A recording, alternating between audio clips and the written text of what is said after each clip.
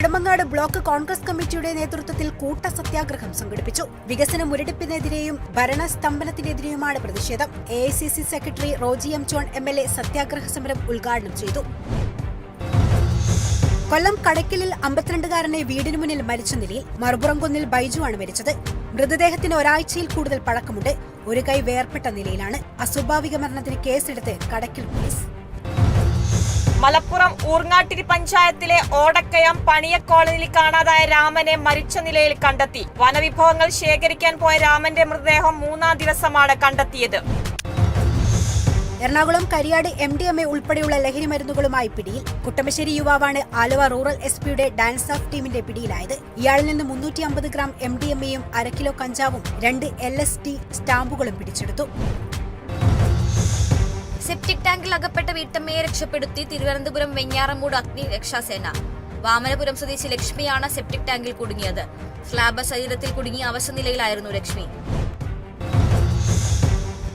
മധുവാഹിനി പുഴ കരകവിഞ്ഞു. കാസർകോട് മധൂർ സിദ്ധിവിനായക ക്ഷേത്രത്തിൽ വെള്ളം കയറി. ഇന്നലെ അർദ്ധരാത്രിയിലും പുലർച്ചെയും പെയ്ത മഴയിലാണ് പുഴ കരകവിഞ്ഞത്. തിരുവനന്തപുരം ആറ്റിങ്ങൽ പൂവമ്പാറ ദേശീയപാതയ്ക്ക് കുറുകെ മരം വീണ് ഗതാഗതം തടസ്സപ്പെട്ടു. അപകട സമയത്ത് റോഡിൽ വാഹനങ്ങളില്ലാതിരുന്നതിനാൽ അപകടം ഒഴിവായി. ഫയർഫോഴ്സ് എത്തി ഏറെ നേരത്തെ പരിശ്രമത്തിനൊടുവിൽ മരം മുറിച്ചു മാറ്റി ഗതാഗതം പുനഃസ്ഥാപിച്ചു.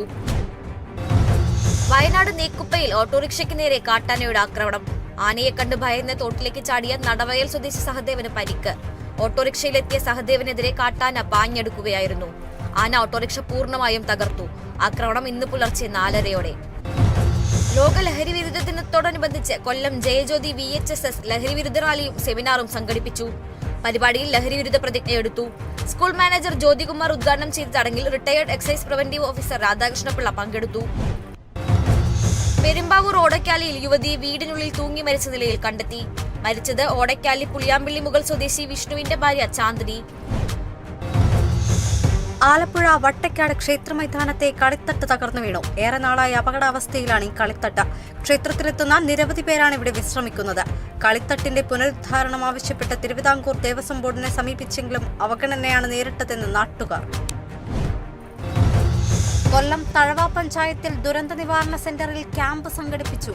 ക്യാമ്പിന്റെ ഭാഗമായി സ്കൂളുകളിൽ ബോധവൽക്കരണ ക്ലാസുകളും നടത്തി. കമാൻഡർ അഖിലേഷ് കുമാറിന്റെ നേതൃത്വത്തിലാണ് ക്യാമ്പ് സംഘടിപ്പിച്ചത്.